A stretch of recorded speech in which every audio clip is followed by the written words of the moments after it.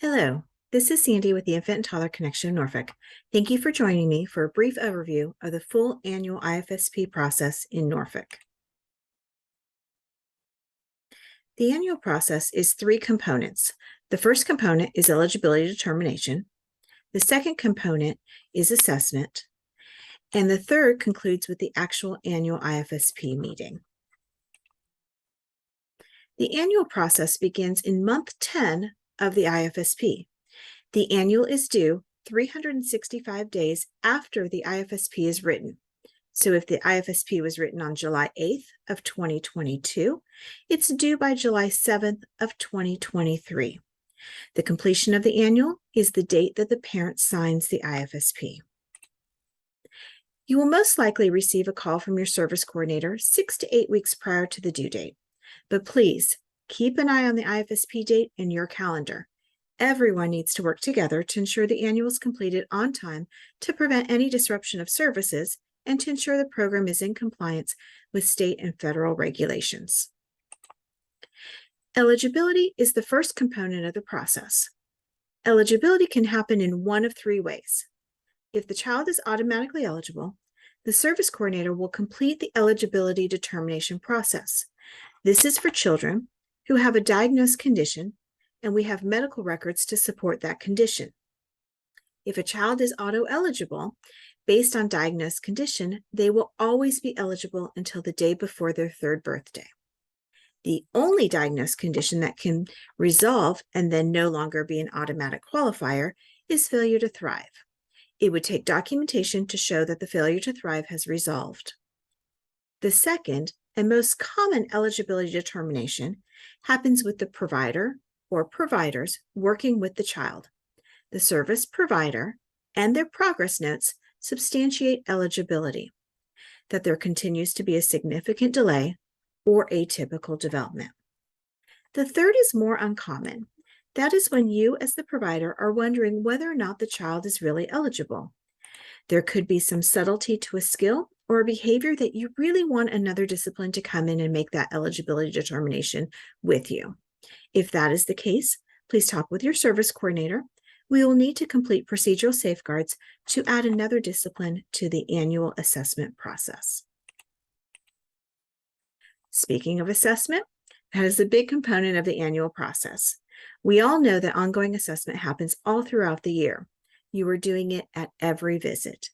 In Norfolk, when we go into month 10 of the IFSP, we are going to administer the ELAP over the course of several visits in month 10 and early month 11.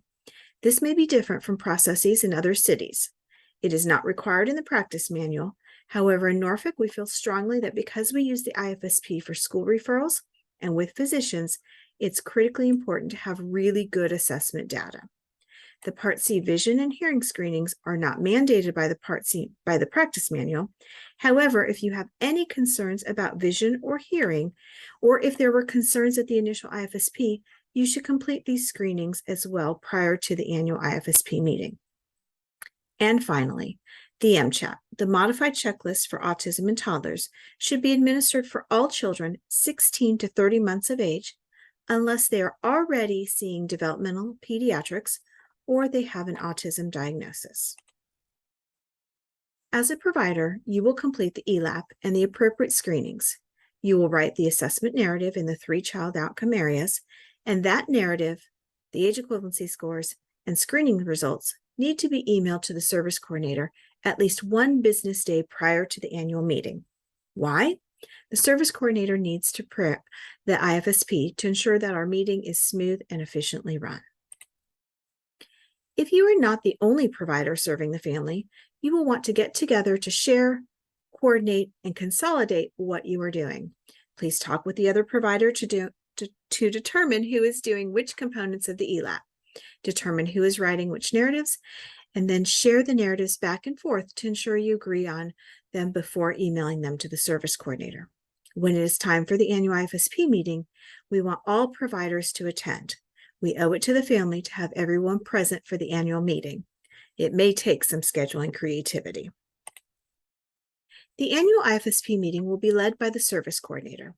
You should plan on 45 to 60 minutes for the meeting, perhaps a little longer for a complex case. The meeting will start with the provider or providers reading the assessment narratives to the family. For each child outcome area, the team will pause and have a discussion using the decision tree to determine a rating for each outcome area. When the narratives are finished, providers will share age equivalency scores and screening results.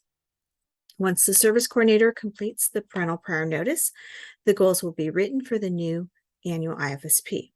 After goals are written, services and frequency will be determined based on the goals and the child and family needs. Remember, frequency is a determination of how often the family will need new intervention strategies. Many service coordinators will dismiss the team at that point so that the family cost share and, if appropriate, the transition planning meeting can be completed. Thank you for watching and for serving Norfolk's youngest citizens. If you have any questions, please feel free to contact the office or send an email. Thank you and have a great day.